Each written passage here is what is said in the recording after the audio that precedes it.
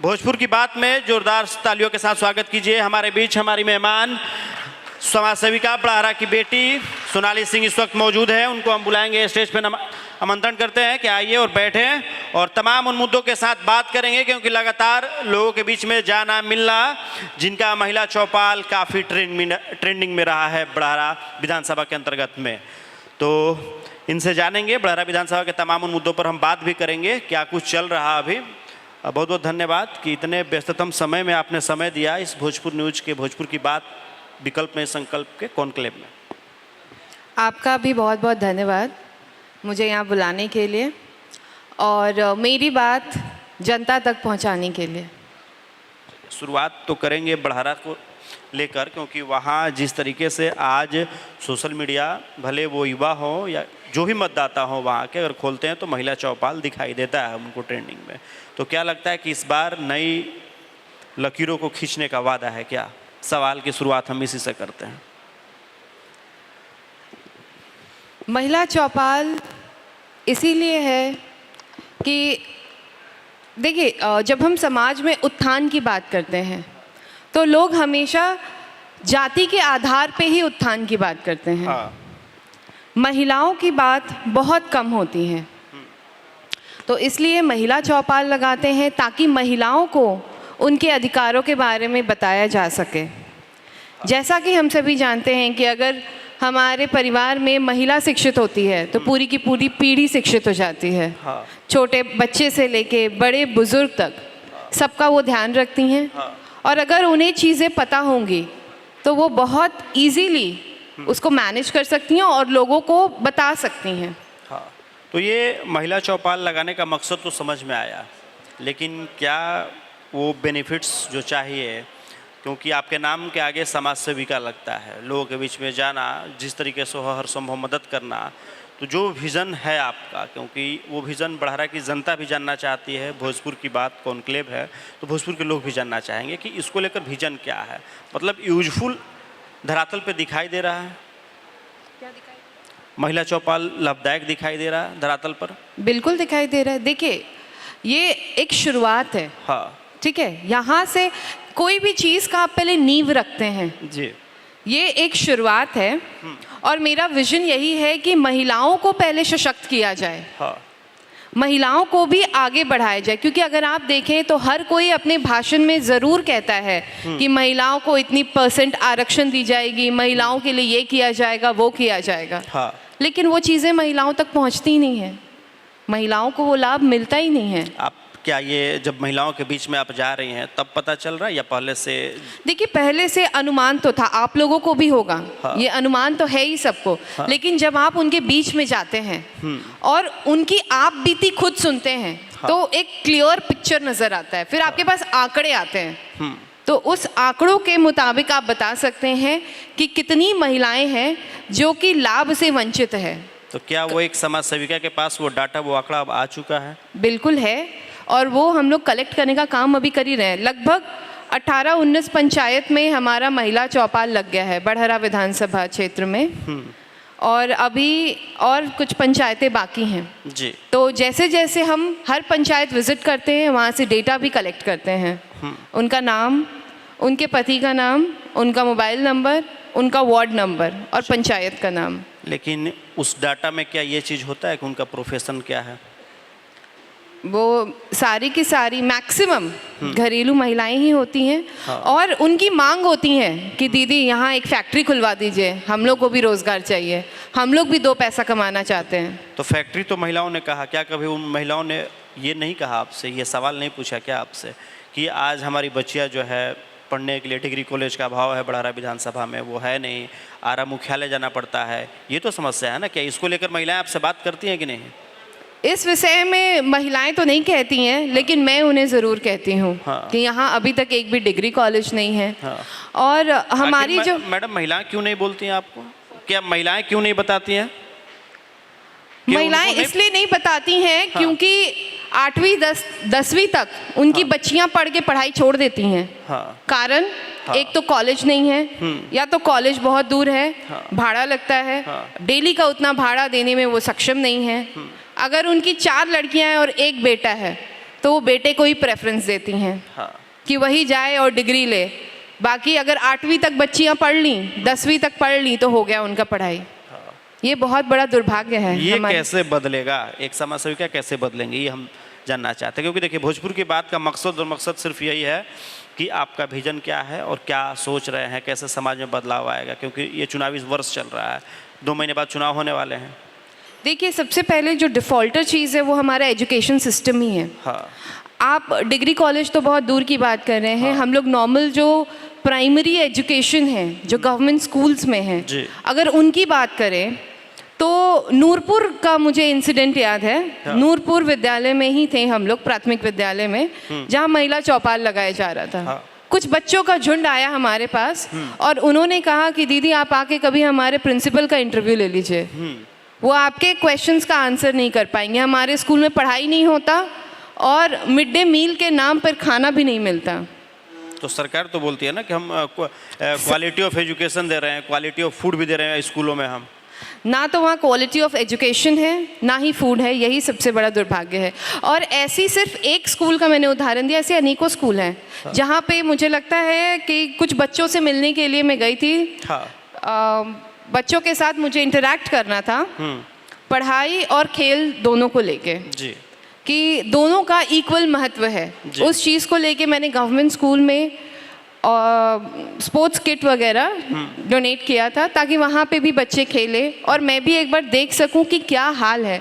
बहुत सारे स्कूल में तो प्लेग्राउंड भी नहीं है, बहुत सारे स्कूल में बच्चों के पास यूनिफॉर्म नहीं है, वो कहते हैं कि पैसा ही नहीं आता।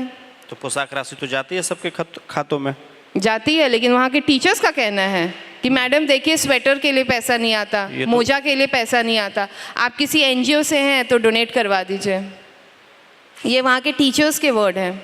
चलिए, ये तो आपने वर्ड बताया, हमने संक्षिप्त परिचय दिया था आपका स्टार्टिंग में, और कि जो आज जो आप कर रही हैं धरातल पे उसका परिचय हमने दिया था। लेकिन ऑफ रिकॉर्ड मुझे पता है कि एक मजबूत महिला आप हैं और सशक्त भी हैं और एजुकेटेड भी हैं। तो क्या लगता है कि आज जो जिस 10th क्लास के बाद जो ड्रॉप आउट रेशियो जो आप बता रही हैं बढ़ारा का, लेकिन चलिए वो तो है, लेकिन 12 के बाद और भी ज़्यादा है। 10th और 12 के बाद लड़कियां पढ़ नहीं पाती हैं, ये समस्या है बढ़ारा के लिए, ये हम मानते भी हैं। लेकिन अब आने वाले समय में ये चीज़ें बदलेंगी कैसे? क्योंकि सरकार तो बदल रही है, नेता तो बदल रहे हैं, लेकिन तस्वीरें और तकदीरें नहीं बदल पा रही हैं। नहीं, बदलाव होता है और वो ग्रेजुअली होता है। हाँ।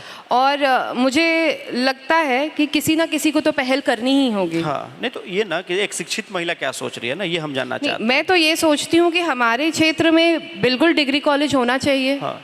वो होना चाहिए, और एक क्यों 2 होना चाहिए। अभी तो आपने बोला ना कि क्वालिटी ऑफ एजुकेशन नहीं है, डिग्री कॉलेज अगर खुल जाए तो क्वालिटी ऑफ एजुकेशन तो मिलेगा। क्योंकि हमारा देखिए, जब हमारा कॉन्सेप्ट ही क्लियर नहीं होगा, हमारा बेसिक्स क्लियर नहीं होगा, तो आप कॉलेज में जाके कुछ उखाड़ नहीं पाएंगे। नहीं उखाड़ पाएंगे। आप बहुत सारे स्कूल में देखते होंगे कि बहुत सारे बच्चे हैं, टॉपर हैं, लेकिन उनको बेसिक चीजें नहीं पता, बेसिक स्पेलिंग्स नहीं पता, तो वो लैक ऑफ क्वालिटी एजुकेशन। इसको लेकर रूट मैप क्या है मैडम? आप जैसे जिस तरीके से आप यहाँ इस मंच पर फराटेदार संबोधन कर रही हैं, लगातार इंग्लिश और हिंदी का मिश्रण से बातें कर रही हैं, आप बता रही हैं, सवालों का जवाब दे रही हैं, तो आज लड़कियाँ इस तरीके से कैसे मजबूत हो पाएंगी? क्योंकि देखिए आपने कहा डिग्री कॉलेज तो चाहिए ही चाहिए, एनी हाउ चाहिए वहाँ पे, लेकिन अब कॉलेज खुल जाने से शिक्षा की गुणवत्ता सुधर जाए। शिक्षा की व्यवस्था इसलिए ढीली है क्योंकि वहाँ जो टीचर्स हैं, हाँ, वो उतने जागरूक नहीं हैं। हाँ। ये मतलब एक लेमैन की तरह है कि जाना है, अटेंडेंस लगाना है, आना है। या तो जैसे हम लोग तो कहते हैं ना, गुरु गोविंद दोनों खड़े काको लागू पाए, हाँ। बलहारी गुरु आपने गोविंद दियो मिलाए। हाँ। गोविंद से भी ऊंचा स्थान हम लोग गुरु का देते हैं, क्योंकि गुरु की ये रिस्पॉन्सिबिलिटी है, वो हमारे मार्गदर्शक होते हैं। हाँ। वही हमें गोविंद तक मिलने का मार्ग बताते हैं। हाँ।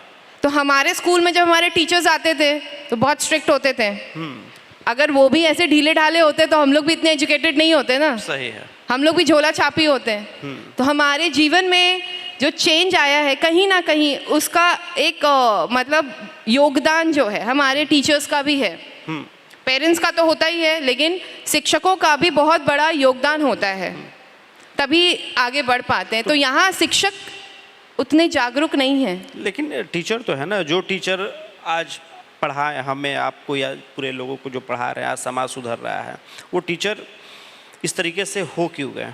आखिर इसका जिम्मेवार कौन है मैडम? वो शिक्षक जो अभी जिस तरीके से जिस दोहे का उच्चारण आपने किया, जी वो भी किसी एक बच्चे ने टीचर्स गुरु से शिक्षा लेकर ही लिखी। बिल्कुल और बिल्कुल। उसके बाद आज जिस शिक्षक की आलोचना आप कर रही हैं, जी आखिर क्यों हो गया? शिक्षक देखिए, ऐसे क्यों ये हो गया? आलोचना मेरे से ज़्यादा वो छोटे छोटे बच्चे कर रहे हैं हाँ। जो जागरूक हैं, हाँ और उन्हें बहुत दुख होता है कि वो स्कूल जाते हैं और स्कूल में पढ़ाई नहीं होती। यहाँ तक कि जो महिलाएं आती हैं हमारे चौपाल में, वो भी इस बात को रखती हैं। हाँ। अगर हमारे फेसबुक अकाउंट पे जाएं, हमारे पेज पे, और आप सुने कि महिलाएं क्या क्या कंप्लेन कर रही हैं, उसमें एक कंप्लेन ये भी रहता है। हाँ। और कुछ स्कूल में शौचालय का भी व्यवस्था नहीं है। ऐसा महिलाओं ने ही मुझे बताया, क्योंकि सारे स्कूल्स का तो इंस्पेक्शन मैंने किया नहीं। लेकिन बिहार तो ओडीएफ हो गया है। बिहार तो ओडीएफ घोषित हो गया है। एक माननीय मुख्यमंत्री नीतीश कुमार जी की एक योजना थी हर पंचायत को ओडीएफ घोषित करना।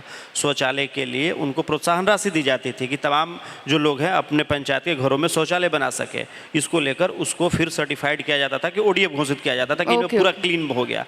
उसके बावजूद भी इस तरीके का, देखिए, ये इस तरीके का कंप्लेन सिर्फ स्कूल का नहीं है, उनके घर का भी है। हाँ घर में भी उनके शौचालय नहीं है। हाँ। उन्होंने बताया, मुझे याद है ये इंसिडेंट धमार पंचायत का ही है। वो महिलाएं एकदम खुल के बोल रही थी कि दीदी रउआ चलिए हमारे घर देख ली, शौचालय नहीं थे। हमारे के ही वर्तमान में विधायक हैं यहाँ पे। ये तो अब मुझे अचानक से याद आ गया शौचालय की बात पे कि वो महिला धमार की ही थी। तो ये तो लोग बोलेंगे ना कि आप कटाक्ष कर रहे हैं, वो भी धमार गांव के बारे में। तो मैं तो अभी एकदम खुल के बोल रही हूँ कि कोई भी जाए, हाँ। मेरे फेसबुक पेज पे जाके धमार वाला चौपाल देख ले, उसमें वो महिला मिल जाएगी जो बोल रही है। चौपाल तो वैसे तो कई सारे पंचायतों के चौपाल है आपके सोशल मीडिया पे, चलिए। मेंशन रहता है किस पंचायत में चौपाल हुआ है, हाँ। किस पंचायत में होने वाला है वो भी मेंशन रहता है। हाँ। और होने के बाद जब रील या वीडियो या वो क्लिप्स अपलोड होता है तो मेंशन होता है कि धमार पंचायत का है, खजूरिया पंचायत का है। हाँ। तो उससे पता चल जाएगा। हाँ। तो यानी कि आप मानती हैं कि पेपरों पे जो बिहार है वो डीएफ घोषित हुआ है? बिल्कुल बिल्कुल, इसमें कोई डाउट नहीं है। नहीं है। आप देख ले, अभी मुफ्त बिजली की बात हो रही है सब जगह जी। लेकिन स्मार्ट मीटर्स का जो कंप्लेन आ रहा है उसकी बात कहीं नहीं हो रही है। हाँ, स्मार्ट मीटर्स के बहुत सारे कंप्लेन आ रहे हैं, लेकिन उसकी बात कोई नहीं कर रहा है, कोई नहीं उठा रहा। मुफ्त बिजली की बात आप कर रहे हैं, लेकिन स्मार्ट मीटर से जनता परेशान है। हाँ। जब स्मार्ट सिटी नहीं बना, स्मार्ट विलेज नहीं बना, तो स्मार्ट मीटर का क्या करेंगे जनता? इसका हम पूछने वाले भी थे, आपने जिक्र कर दिया इस बात का स्मार्ट मीटर बिजली को लेकर। तो क्या लगता है कि जिस तरीके से हर एक आपके पोस्टर जो दिखाई देते हैं, जो स्लोगन्स दिखाई देते हैं, जो उसमें कोट किए हुए रहते हैं शब्द, कहीं ना कहीं आरजेडी से प्रेरित होकर दिखाई देते हैं, क्या लगता है कि एनडीए में भी कई सारे ऐसे चीज़ें जो है धरातल पे आ रही हैं डेवलपमेंट एनडीए के तरफ से, तो ये रुझान उस तरफ, और यहाँ फिर जब सरकार, एनडीए की सरकार जब इम्प्लीमेंट कर रही है बिहार में, बिजली फ्री दे रही है, फिर उसके बाद डोमिसाइल नीति लागू कर दी, फिर उसके बाद जो युवाओं के फॉर्म भरने में जो पैसा लगता था, बहुत सारे 500-600 रुपये लगते थे, पीटी मेंस का फॉर्म भरा जाता था, मेंस के लिए तो मुफ्त कर दिया गया, पीटी के लिए 100 रुपये लगेगा, फिर उसके बाद आप पेंशन बढ़ा दिया गया एनडीए सरकार की तरफ से। तो कहीं ना कहीं सरकार भी तो अच्छी कर रही है ना मैडम? लेकिन सरकार अपने विजन के थ्रू नहीं कर रही है ना। हाँ। किसी और के विजन को चुराना, हाँ। आपको मतलब क्रेडिट नहीं देता ना। हाँ। किसी ने अपना विजन बताया और चोरी करके आपने अपना प्रोजेक्ट बना लिया। हाँ। आप सुपरस्टार थोड़ी बन जाएंगे। आपका खुद का विजन होना चाहिए। हाँ।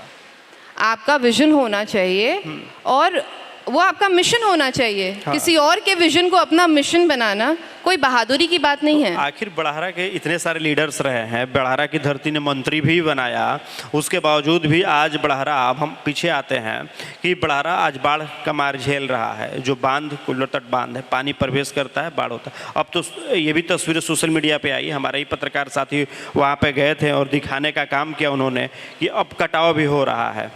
तो इस सब का हाँ, तो ये इसका जिम्मेवार फिर तो आप सिस्टम को ठहराइएगा ना, सिस्टम को। बिल्कुल। तो ये बदलेगी कैसी ये व्यवस्था? देखिए, जब आप एक क्षेत्र के विकास की बात करते हैं, हाँ। तो सोली वो कैंडिडेट की रिस्पॉन्सिबिलिटी होती है। हाँ। जो जनप्रतिनिधि वहाँ पे चुना गया है। हाँ। तो जो जनप्रतिनिधि चुना गया है, अगर वो काम करे ही ना, तो फिर कैसे होगा वहाँ विकास?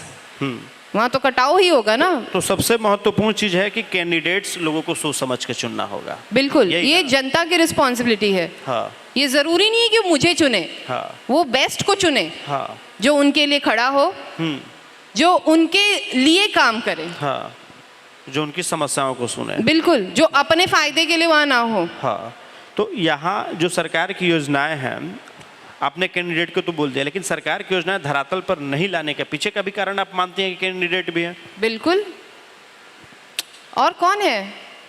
अगर कोई योजना आ रही है हाँ। और जनता तक नहीं पहुंच रही है, कहीं ना कहीं जनप्रतिनिधि रिस्पॉन्सिबल है। जब से बड़ारा विधानसभा का गठन हुआ है तब से लेकर अभी तक सारे जनप्रतिनिधियों का आप जिम्मेवार ठहरा रहे हैं, यही ना लगाया जाए? बिल्कुल अंदाजा। ऐसा ही है,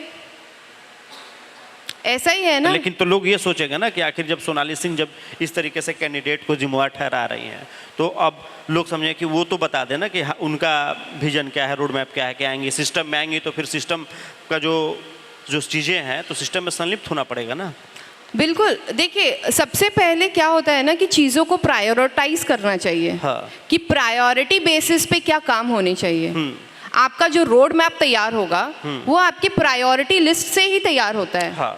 आप कोई भी काम या कोई आप इवेंट ही करते हैं, हाँ। तो आपका एक प्रायोरिटी लिस्ट होता है। हाँ। कि पहले ये काम होना चाहिए, फिर ये काम होना चाहिए, फिर ये काम होना हाँ। चाहिए। उस हिसाब से काम होता है, ना कि चुनाव का टाइम आए और आप अनाउंस करें कि हम फलाना काम करवा रहे हैं, हम वो काम करवा रहे हैं, हम रोड बंटवा रहे हैं।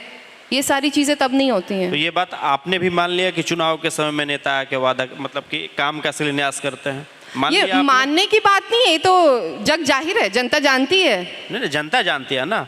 एक वो महिला जो पढ़ती थी, पढ़ के उसके कुछ ख्वाब होंगे, पढ़ाई के समय में जो महिला ख्वाब बुनती थी अपने कि हम कुछ करेंगे, लेकिन आज समाज सेवा करना, और फिर उसके बाद वैसे वैसे दिग्गज नेता जो बड़हरा की धरती पर हैं और कई बार रहे भी हैं, और उनसे सीधा मुकाबला, भले समाज सेवा की ही बात कर रहे हैं, हम राजनीति की बात नहीं कर रहे हैं, क्योंकि वो भी सभी लोग तो कई सारे सब लोग बोलते हैं कि हम समाज सेवा ही कर रहे हैं। तो ऐसे में कभी लगा कि ये आपके लिए सबसे बड़ी चुनौती रही? नहीं। हाँ। मेरे लिए ये चुनौती ही नहीं है। हाँ। मेरे लिए चुनौती मेरे क्षेत्र के इश्यूज हैं। हाँ। लोगों की समस्या है। हाँ। बहुत दुख होता है कि छोटी छोटी चीज़ों के लिए वो परेशान होते हैं। हाँ। जो चीज़ें आसानी से की जा सकती हैं, वार्ड के माध्यम से, मुखिया के माध्यम से या ब्लॉक पे जाके, उसके लिए भी वो परेशान रहते वैसे हैं। 5 प्रमुख समस्याएं जो आपने देखा? पहले तो जो मुफ्त राशन की बात होती है कि 5 केजी राशन मिलता है। हाँ। कुछ पंचायत में 3 केजी मिलता है। हाँ। तो कुछ पंचायत में 4 केजी मिलता है। हाँ। जो महिलाओं ने मुझे बताया। हाँ। और स्मार्ट मीटर्स जो मैंने पहले ही बताया था। हाँ। कि बहुत परेशान है स्मार्ट मीटर्स को लेके। हाँ। गली नली की समस्या उनकी वैसी की है वैसी है। शौचालय की भी समस्या है उनको।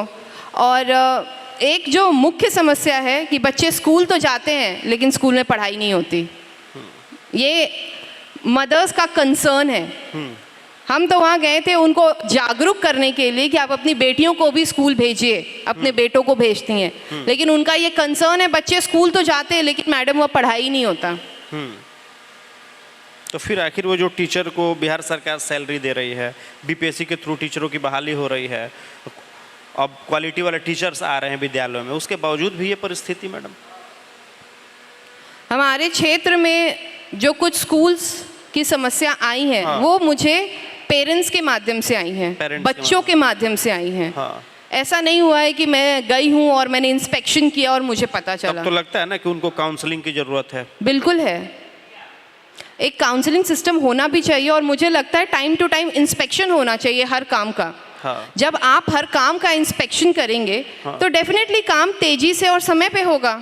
नहीं तो आप देखते होंगे कई चीज़ों का बोलते हैं कि पास हो गया है। हाँ।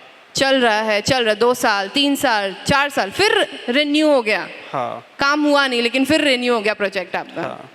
तो इन चीज़ों से बचने के लिए एक इंस्पेक्शन होना ज़रूरी है। या तो आप एक टीम बना लें। हाँ। अलग अलग चीज़ों के लिए कि वो जाएं 15 दिन में एक बार, महीने में एक बार, और वो भी सडन इंस्पेक्शन होना चाहिए। ये नहीं कि हम बता दें कि आज आ रहे हैं इंस्पेक्शन करने, क्योंकि ये चीज़ें और जो हमारा सिचुएशन है उसको बद से बदतर बनाएंगी। चलिए, एक आरोप क्योंकि हमारे सवाल में था ही कि जब यहाँ के जो नेता, जब आप आई समाज सेवा करना शुरू की तो लोगों की आंखों में खटकी, खटकी ऐसी कि लोगों ने मीडिया में आकर जवाब दे डाला, और जवाब ये दिया कि जो आप महिला चौपाल लगाती हैं, उस महिला चौपाल को लोगों ने कहा कि ये महिला चौपाल लगाने की आवश्यकता क्या है।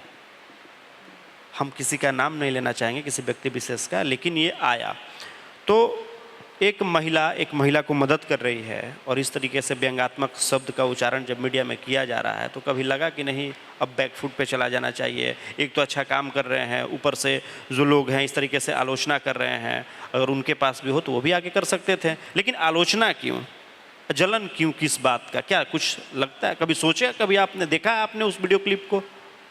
देखिए, आपने वो कहावत सुनी होगी ना, जब हथिया चले बाजार कुत्ते भौंके हजार। हाँ, सुनी है ना? हाँ। लेकिन हाथी को फर्क पड़ता है क्या? नहीं, फर्क तो नहीं पड़ता, ये तो बिल्कुल नहीं बचपन पड़ता। से हम लोग सुनते आ रहे हैं। तो मुझे फर्क नहीं पड़ता है, बल्कि जब मैं ऐसे कमेंट्स सुनती हूँ किसी और के माध्यम से, हाँ। या वाया एनीथिंग, तो मुझे पहले तो हंसी आती है। ऑनेस्टली बताऊँ तो पहले हंसी आती है, और उसके बाद मुझे ना और बल मिलता है कि मुझे लगता है कि मैं बिल्कुल सही काम कर रही हूँ और मैं इसको कंटिन्यू करूँ। क्योंकि आपको पता है, जब आप कुछ अच्छा करते हैं और कुछ सही करते हैं, पहले लोग क्रिटिसाइज करेंगे, हाँ। फिर आप पे हंसेंगे, आपको पागल घोषित करेंगे, उसके बाद आपको ही फॉलो करने लगेंगे। तो कहीं ना कहीं मुझे लगता है कि मैं एक ट्रेंड सेटलर हूँ, कि मैं एक ट्रेंड सेट कर देती हूँ और फिर लोग मुझे फॉलो करते हैं। तो ये तो हो गई ना कि भोजपुरी में कैसे एक फिल्मी स्टार है पवन सिंह, बोलते हैं कि हम जो लकीर खींच देते हैं लोग उस लकीर पे चलते हैं। तो वही तो हो रहा है ना। हाँ, ये तो न्यूज़ वाले, चैनल वाले बहुत अच्छे से बता सकते हैं, क्योंकि वो जगह जगह हमसे ज़्यादा वही लोग घूमते हैं। अभी तक कितने पंचायत में जो समस्याएं नोट डाउन हो रहे हैं आपके टीम के माध्यम से, कितने पंचायतों का भ्रमण हो चुका है मैडम? देखिए, अगर मैं बताऊं, विंटर्स के टाइम पे हाँ। 37 के 37 पंचायत हमने घूमा था, और कंबल वितरण का कार्यक्रम हमारा था, एक कंबल एक मुस्कान। अब अभी बाढ़ में अभी हमने देखा बाढ़, हाँ, कि आप लगातार लोगों के बीच में जा रही थी, लोगों के लिए जो भी मदद था वो मदद कर रही थी, उस पर भी लोगों को तकलीफें थी। किस बात की तकलीफ? वही जो आपसे जल रहे हैं, जो आलोचना कर रहे हैं, जो भी हो, कि आखिर बाढ़ में जाना, लोगों के लिए मदद करना, तरह तरह के लोग कमेंट कर रहे हैं। तो चलिए, आपको ताकत तो मिलती है, आपको ऊर्जा तो मिलती है कि नहीं चलिए और हम आगे बढ़कर करेंगे। क्या कभी डर नहीं लगता है कि ये इस तरीके के लोग हैं, राजनीति में हम कदम रख रहे हैं, तो राजनीति में जब तक एक मजबूत महिला मजबूत दावेदारी पेश नहीं कर सकती तब तक उसके लिए राजनीति नहीं है? देखिए, मुझे नहीं लगता कि डरने की ज़रूरत है, क्योंकि जब आप कुछ करते हैं, अच्छा करें, हाँ तो ज़्यादा क्रिटिसिज्म झेलना पड़ता है। कोई भी, जी, महात्मा गांधी ने भी शुरू किया होगा तो उनको भी झेलना ही पड़ा होगा, हमारे फ्रीडम फाइटर्स को भी झेलना ही पड़ा होगा। हाँ, क्योंकि हर चीज़ का एक पॉजिटिव और नेगेटिव साइड होता है, होता ही है। आपको दोनों को साथ लेके चलना है। लेकिन मुझे पता है कि मेरा कर्तव्य क्या है, मुझे क्या कर्म करना है, मैं उस मार्ग पे चलूँगी, जो होगा देखा जाएगा। अगर मैं डर को अपने ऊपर हावी होने दूंगी तो मैं काम ही नहीं कर पाऊंगी, फिर घर से बाहर ही नहीं निकल पाऊंगी। तो मैं अब एक जहन में सवाल आता है, एक अंतिम सवाल, उसके बाद हम रैपिड फायर की तरफ चलेंगे कि अभी बिना सत्ता में रहे समाज सेवा करना कठिन है या सत्ता में आकर समाज सेवा करना आसान है? अभी तो मैं सत्ता में आई नहीं हूँ, तो इसका आंसर मैं नहीं दे पाऊंगी, लेकिन समाज सेवा करना कठिन नहीं है, सिर्फ एक भावना होनी चाहिए आपके अंदर, जिसे कहते हैं ना, इंसानियत को जिंदा रखना चाहिए। मुझे ये लगता है कि अगर आप राजनीति में भी जाएं, अच्छे पॉलिटिशियन बन जाएं, फिर भी इंसानियत को कायम रखना चाहिए। कभी कभी हमें कुछ चीज़ों को इम्पोर्टेंस अगर देना चाहिए तो वो है इंसानियत। चलिए, बहुत अच्छी बात है। अब हम रैपिड फायर सवाल की तरफ बढ़ रहे हैं। कुछ नेताओं के हम नाम आपसे लेंगे, एक शब्द में उनको परिभाषित कीजिएगा। ओके? ये ट्रैप तो नहीं है? नहीं नहीं, ट्रैप नहीं है ये। सबसे हम ये सवाल पूछ रहे हैं, प्रधानमंत्री नरेंद्र मोदी झोला लेके आए थे और झोला लेके जाएंगे, ऐसा उनका कहना है, लेकिन लगता नहीं है, झोला भर गया है, बहुत हैवी हो गया है। राहुल गांधी, हार्ड वर्किंग, लालू प्रसाद यादव, सामाजिक न्याय में लोगों का उत्थान करने वाले, Tejashwi Yadav, visionary. Nitish Kumar, I think he needs rest now. अभी सम्राट चौधरी।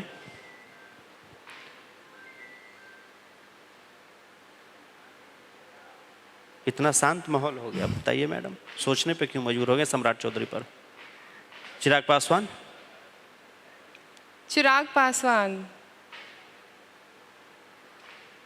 मतलब उनका वो बिहार इलेक्शंस में कमबैक कर रहे हैं। हाँ। कैबिनेट में थे उसके बाद, लेकिन ऐसा लगा कुछ टाइम के लिए बिहार को भूल गए थे ये और लगता उनको है। बताना पड़ रहा है कि हाँ, बिहार फर्स्ट, बिहारी फर्स्ट।